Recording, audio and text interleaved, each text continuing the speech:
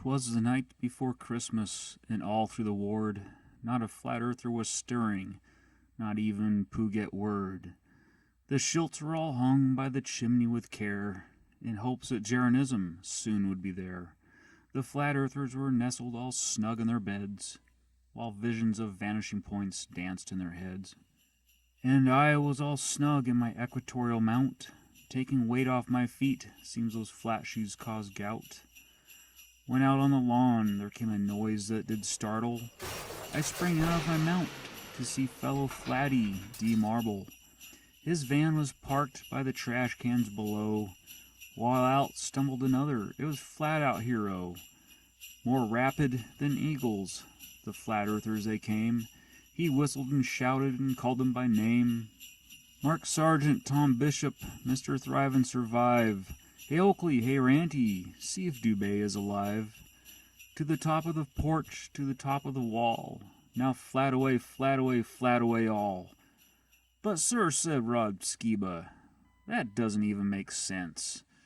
Are you a glober? It doesn't need to, said Bro Sanchez.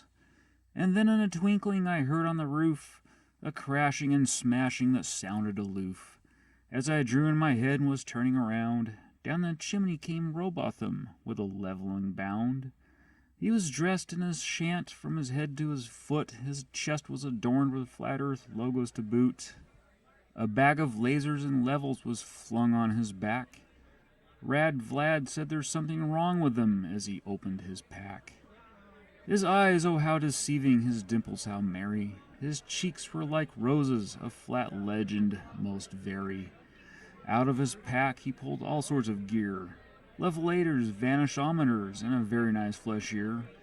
Schiltz P900s and cranial indexers. Sleeping Warrior was the first to grab a convergence detector. A tipitude counter, Mark Sargent's name, remembrancer. 11D IR filters, snagged up by Rory Cooper. He shared some with others, including J-Toll Media, who was prepping his next video by booking flights on Expedia. Antonio Subret's got a compass he moved back and forth, trying to figure out the difference between south and north. There were videos on perspective and experimentalization, flat earth histology, and fisheye lensation. Books on personal domes and electrostatic flux, proofs that went beyond a globe believer's blind luck. There were ring laser gyros and knickknacks galore. Globe busters and Bob Nodal couldn't wait to see more. Flip Flop got a squeaky moon for his trusty squeaky globe. Brian Leakey got a new mic with no distortion overload. S.E. Montreal got a skateboard he hoped would roll on level ground. Gary, Brandon, and Chris got crayons for trying to draw something round. Brian Mabbitt got feeler gauges accurate to a millionth of a micron. Anything less, and his engines simply would not run.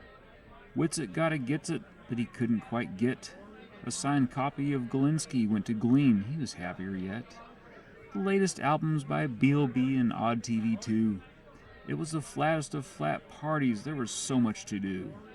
We sang flat earth carols and other singitudes, various hymns and rhymes about the globally challenged noobs. Lemonbird kept talking about the ether whirlpool. The plain truth reminded him it's a visible band, too.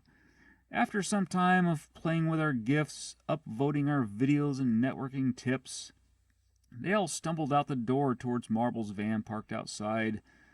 A few argued who got shotgun as they clambered inside. Suddenly running down the street came Dell and Karen B. Dell tripped and stumbled as Karen cried, "Don't forget me." But I heard them exclaim as they drove out of sight, "A geocentric Christmas to all, and to all of Flat Night."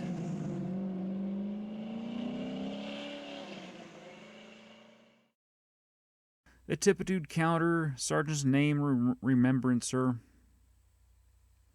Go back and fix this one right here.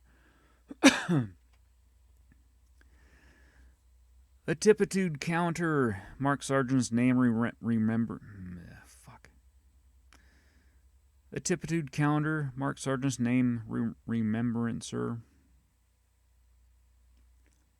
Remembrancer.